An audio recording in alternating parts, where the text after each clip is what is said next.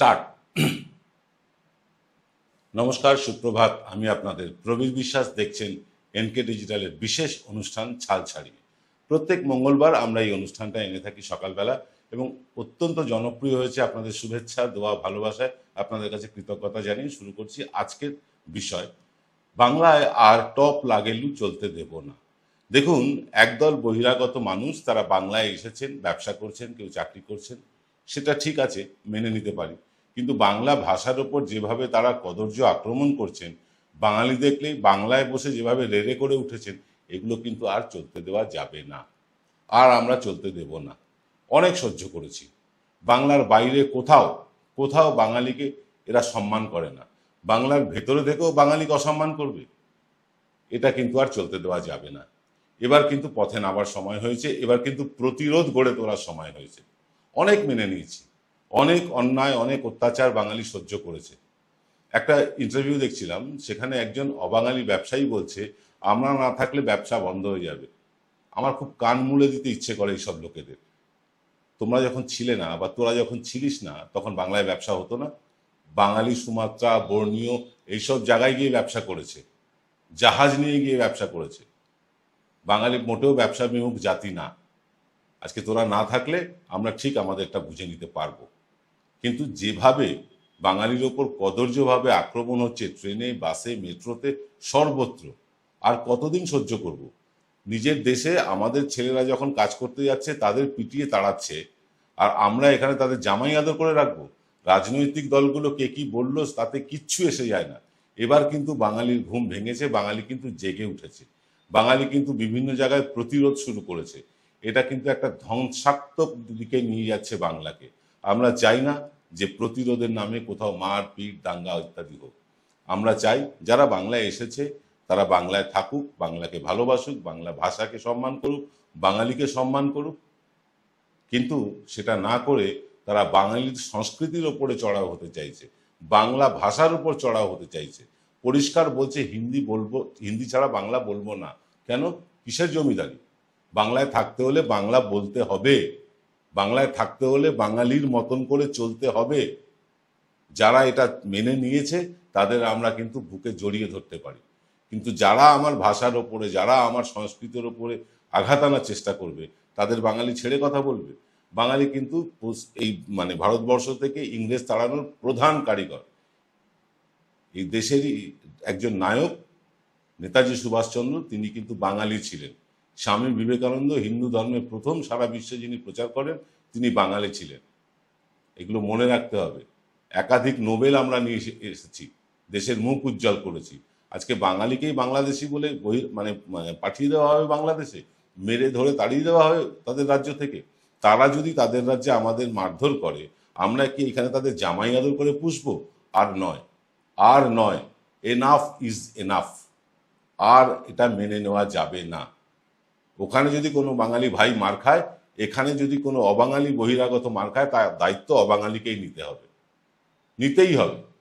মিঠুন চক্রবর্তী এসে বলে গেল যে বাঙালি কোথাও মার খাচ্ছে না, অথচ আমরা বিভিন্ন চ্যানেলে চ্যানেলে দেখছি যে বাঙালিকে কিভাবে টর্চার করা হচ্ছে।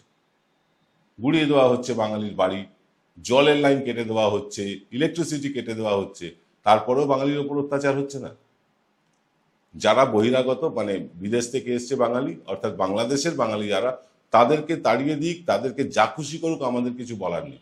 কিন্তু বাংলার বাঙালির গায়ে হাত তুললে কিন্তু এবার আর ছেড়ে কথা বলা যাবে না। এমনিতেই কিন্তু বাঙালির রক্ত টকবক করে ফুটতে শুরু করেছে। রাজ্য সরকার তারা নিজেদের লাইন বদলেছে। ওই হিন্দি ভাষীদের তোষণ করা কিন্তু রাজ্য সরকারের আর মনে হচ্ছে না তারা করবে।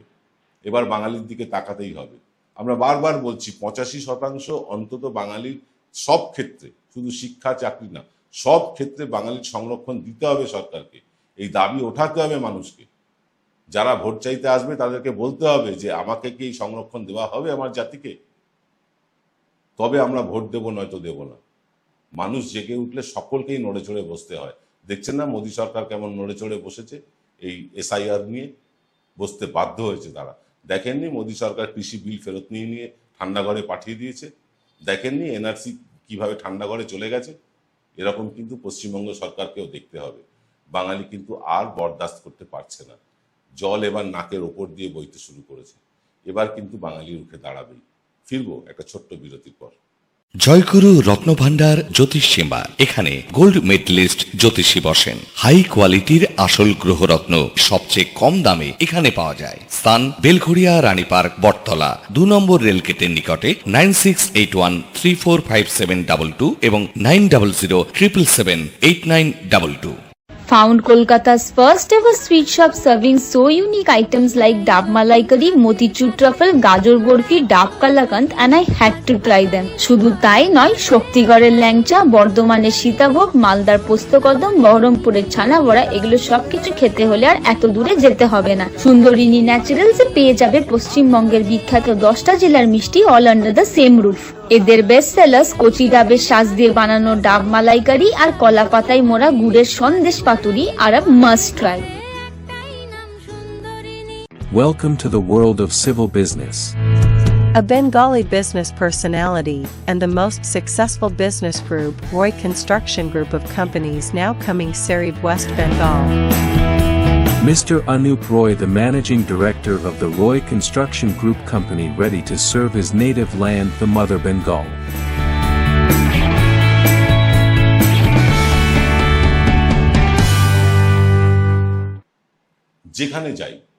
যেখানে যাই সেখানেই শুনতে পাই যে বাঙালির ওপর অত্যাচার হচ্ছে। যেখানে যাই, মানে বিশেষ করে শহরাঞ্চলগুলোতে, যেখানে বাঙালি অত্যাচারিত হচ্ছে, অন্য বাঙালি মুখ ফিরিয়ে চলে যাচ্ছে। কেন? বাঙালি এমনি শান্তিপ্রিয় জাতি, তারা এসব ঝুটঝামেলা যেতে চায় না, আমরা জানি। কিন্তু কতদিন এই ঝুটঝামেলায় যাব না বলে অবাঙালিদের মাথার উপর রাজত্ব করতে দেব, নাচতে দেব তাদের উপর? একবার তো রুখে দাঁড়াতেই হবে। আর সেই সময়টা কিন্তু এবার এসে গিয়েছে।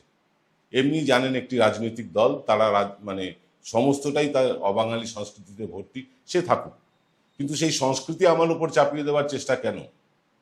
কেন জোর করে বাঙালি সংস্কৃতির উপর আগ্রাসন চালানো হবে?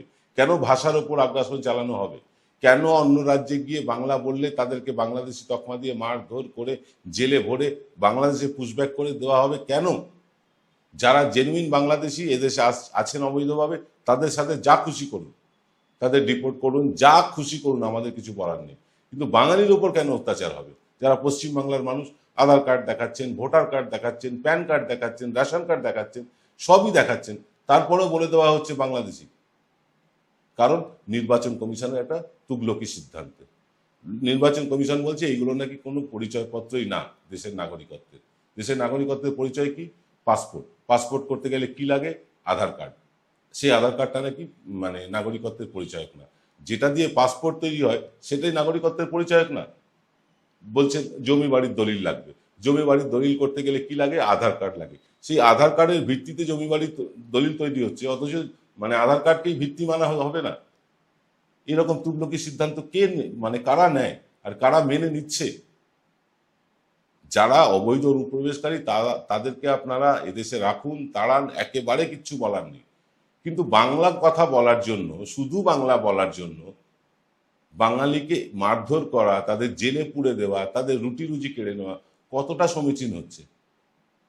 বাংলার মানুষ পেটের দায়ে অন্য জায়গায় কাজ করতে গিয়েছেন, তেমনি অন্য জায়গার মানুষও 1.5 কোটি মানুষ বাংলায় আছেন, তারাও পেটের দায়ে বাংলায় এসছেন কাজ করতে। আজকে এই যে 11 কোটি বাঙালি যদি খেপে যায় এই 1.5 কোটি মানুষের ওপরে, সামলানো যাবে তো? পারবেন তো সামলাতে? তাই নিজের দেশের লোককে রক্ষা করতে হলে আমার দেশের লোককেও রক্ষা করতে হবে আপনার দেশে। এটা বুঝতে হবে। বাংলা বললেই বাংলাদেশি, আর উর্দু মেশানো হিন্দি বললে সে পাকিস্তানি নয়। কেন নয়? আমরা এদেশের নাগরিক, তার কোনো সঠিক ঠিকঠাক পরিচয়পত্র আজও তৈরি হয়নি। আমরা Aadhaar card, PAN card, voter card, ration card এগুলোকেই জানি, ড্রাইভিং লাইসেন্স, আর বাকি যা কিছু আছে সব কিছু করতে গেলে আধার লাগে। অথচ সেই আধারকেই নাগরিকত্বের পরিচয়ক বলে মানে মান্যতা দিচ্ছে না নির্বাচন কমিশন। নির্বাচন কমিশনের এই সিদ্ধান্ত, মানে নাগরিক কে কে নাগরিক নয় এটা দেখা নির্বাচন কমিশনের কাজ নয়, সেটা দেখবে স্বরাষ্ট্র দপ্তর। নির্বাচন কমিশনের কাজ কে জেনুইন ভোটার কে নয় সেটা দেখুন। নাগরিকত্বের পরিচয় চাইছে কেন তারা? আর এদেশের শাসক দলের বিরুদ্ধে কথা বললেই তাকে দেশদ্রোহী দাগিয়ে দেওয়া হচ্ছে, তাকে বাংলাদেশ পাঠিয়ে দেওয়া হচ্ছে, পাকিস্তান পাঠিয়ে দেওয়া হচ্ছে। আমরা মানে আশ্চর্যচকিত হয়ে গিয়ে দেখছি যে একটা দেশের শাসক দল সংখ্যালঘু সরকার চালাচ্ছে, তাদের এত স্পর্ধা হয় কি করে?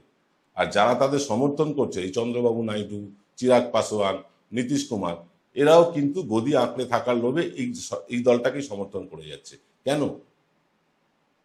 আজকে যদি আপনি তামিলনাড়ুতে গিয়ে আপনি হিন্দি বলতে না পারেন, বা আপনার হিন্দি কথা কেউ যদি অ্যাকসেপ্ট না করে, তাহলে বাংলায় করব কেন আমরা? কেন করব আমরা? আজকে যতগুলো রাষ্ট্রায়ত্ত ব্যাংক আছে তাদের ম্যানেজাররা 80% অবাঙালি, তারা বাংলা কথাই বলতে জানে না। অথচ দেশের আইন অনুসারে আপনি যে রাজ্যে মানে পরিষেবা দেবেন সেই রাজ্যের ভাষা জানতে হবে আপনাকে। রেলে কটা বাঙালি আছে বলুন তো? এই যে যারা টিকিট চেকিং করতে আসে, যারা আরপিএফ আছে, বা যারা টিকিট বিক্রি করে, তাদের মধ্যে কজন বাঙালি আছে? এমনি বাঙালির চাকরি বাকরি সব কিছু কেড়ে নিচ্ছেন আপনারা। বাংলার মানুষকে আবাস যোজনার টাকা দিচ্ছেন না, বাংলার মানুষের পরিশ্রম করা টাকা বেগার খাটিয়ে নিয়েছেন, পয়সা দিচ্ছেন না, 100 দিনের কাজের টাকা দিচ্ছেন না, রাস্তার জন্য টাকা দিচ্ছেন না, উন্নয়ন খাতে কোনো টাকা আসছে না আপনাদের, বাংলার বকেয়া টাকা দিচ্ছেন না। এখন বাঙালিকে এইভাবে আপনি পরদেশি করে দিতে চান, বাংলাদেশি বানিয়ে দিতে চান? 12 কোটি বাঙালি থাকে পশ্চিম বাংলায়।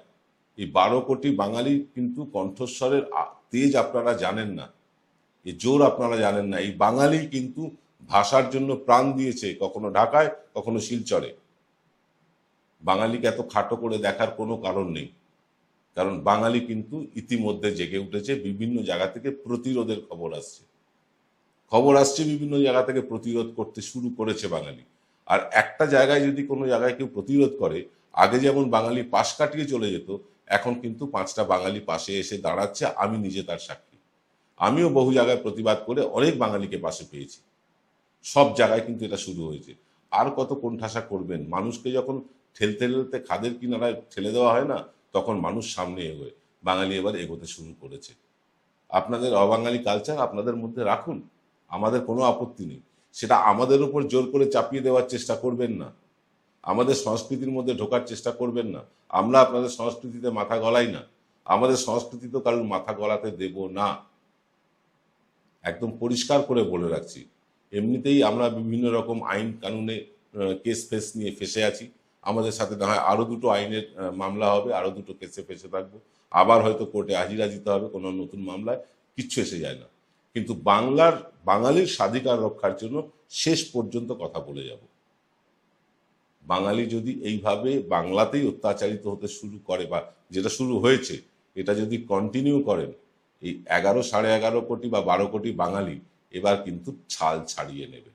সূচনাটা হয়ে গেছে, ঢাকের বাজনা শোনা যাচ্ছে। এবার সেই বাজনাটা বিসর্জনের যাতে বাজনা না হয়, তার জন্য সময় থাকতে শুধরে যান, সময় থাকতে শুধরে যান। বাঙালির ওপর নিজের ভাষা সংস্কৃতি এগুলো চাপিয়ে দেওয়ার চেষ্টা করবেন না। বাঙালিকে কোথাও কোনো জায়গায় অসম্মান করবেন না। বাঙালি পেটের দায়ে হয়তো আপনার ফার্মে কাজ করছে, আপনার কোম্পানিতে চাকরি করছে, তার সাথে কুকুর ছাগলের মতন ব্যবহার করবেন না, করবেন না। এই রাজ্যে ব্যবসা করতে হলে এই রাজ্যের মানুষের মতন করে ব্যবসা করতে হবে। আর যদি তা না চান, ফিরে যান আপনার দেশে, ফিরে যান রাজস্থানে, ফিরে যান গুজরাটে, সেখানে করুন না। কেন পড়ে আছেন বাংলায়? কেন বাংলায় পড়ে আছেন? বাংলায় পড়ে থাকবেন, বাংলার টাকা রোজগার করবেন, বাংলার টাকায় বাড়ি গাড়ি করবেন, আর বাঙালিকে অপমান করবেন? ছেড়ে দেবে বাঙালি? কোনো দিন ছাড়বে না। অনেক ছাড় দেওয়া হয়েছে, এবার কিন্তু ঘুমন্ত আগ্নেয়গিরিটা আবার জেগে উঠেছে। বহু জায়গা থেকে বাঙালির প্রতিরোধ করার খবর আসছে, তার ক্লিপিংস আসছে। এবার কিন্তু বাঙালি ছেড়ে কথা বলবে না, সময় বেশি দিন নেই। বাঙালির এই ঘুমন্ত আগ্নেয়গিরি সবে জাগতে শুরু করেছে। কবে যে অগ্নুৎপাত হবে, আর সেই লাভায় যে আপনারা কোথায় ভেসে পুড়ে ছাই হয়ে যাবেন, সেটা কল্পনাও করতে পারছেন না। এই জাতিটার নাম বাঙালি। কিছু কিছু অবাঙালি তোষক রাজনৈতিক দল বলবো, তারা বাঙালিকে বলছে বাং আলি, অর্থাৎ তাদের মুসলিমদের সাথে জুড়ে দেওয়া হচ্ছে। হ্যাঁ, বাংলার সাথে বাঙালির সাথে মুসলিমদের যোগাযোগ ওতপ্রোত, প্রাণের যোগাযোগ। আমাদের কাছে আলী আর কালীর মধ্যে কোনো তফাৎ নেই। এই আলী আর কালীর মধ্যে যদি তফাৎ করতে চান, বাঙালি কিন্তু গায়ে কালির ছিটে দিয়ে মুখে চুন কালি মাখিয়ে ফেরত পাঠাতে একটুও দ্বিধা করবে না। আমরা এটাকে যদি ভাবেন যে আমরা কাউকে থ্রেট করছি, নিন থ্রেট হিসেবে। মামলা করবেন, করুন মামলা, আমরা বুঝে নেব। আজ এই পর্যন্ত। দেখা হবে বিকেল 5টায় প্রবীর প্লাসের অনুষ্ঠানে। সকলে ভালো থাকবেন। নমস্কার।